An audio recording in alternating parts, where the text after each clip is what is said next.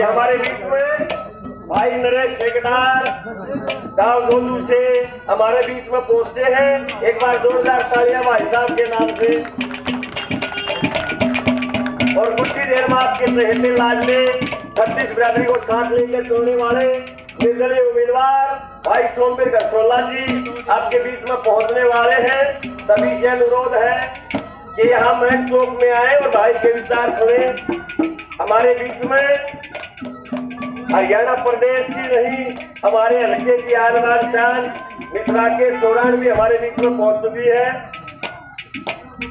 कैसे पहले नंबर पर उस बिना बाप के बेटे का जिक्र कराया कि उसका कितना जीवन हुआ है, कैसे क्या दर्शाया, क्या लिखा है।